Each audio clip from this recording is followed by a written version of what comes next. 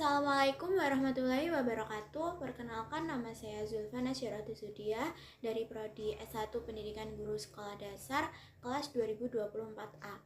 Di sini saya akan menyampaikan argumen saya terkait berita dari Kompas, yaitu yang berjudul Efisiensi Anggaran Jangan Korbankan Pendidikan. Baru-baru ini, pemerintah sedang melakukan efisiensi anggaran yang berdampak pada sektor pendidikan. Menurut saya, pendidikan adalah investasi jangka panjang yang menentukan masa depan bangsa. Sayangnya, kebijakan pemangkasan anggaran ini bisa berisiko besar bagi kualitas dan akses pendidikan di Indonesia. Nah, setiap kebijakan itu pasti memiliki alasan. Pemerintah beralasan bahwa pemotongan anggaran ini bertujuan untuk mengalokasikan dana ke sektor yang lain yang dianggap lebih mendesak. Nah, menurut saya ini belum hal yang tepat.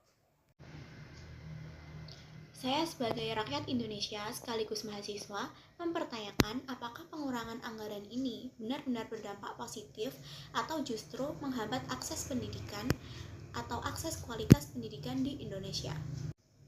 Nah, konstitusi di Indonesia mengamanatkan bahwa minimal 20% dari APBN itu harus dialokasikan untuk pendidikan. Namun, kebijakan efisiensi anggaran ini berpotensi mengurangi dana bagi sekolah, tenaga pengajar, serta program beasiswa. Jika anggaran pendidikan itu berkurang, yang dapat terjadi itu yang pertama, sekolah-sekolah di daerah terpencil itu dapat mengalami kekurangan fasilitas. Yang kedua, program beasiswa untuk mahasiswa atau siswa yang berprestasi itu dapat terhenti. Yang ketiga, kualitas tenaga pengajar itu bisa turun akibatnya kekurangnya pelatihan dan tunjangan. Nah, di Indonesia, konstitusi kita ini sudah jelas bahwa menyatakan pendidikan harus mendapatkan 20% dari APBN. Jika pemangkasan ini menyebabkan presentasi tersebut turun, maka ini bisa dianggap sebagai pelanggaran amanat konstitusi.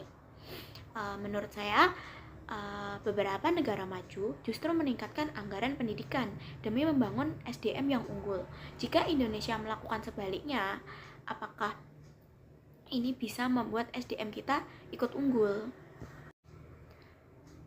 Memang negara ini harus membagi anggaran untuk berbagai sektor seperti kesehatan, infrastruktur, dan bantuan sosial.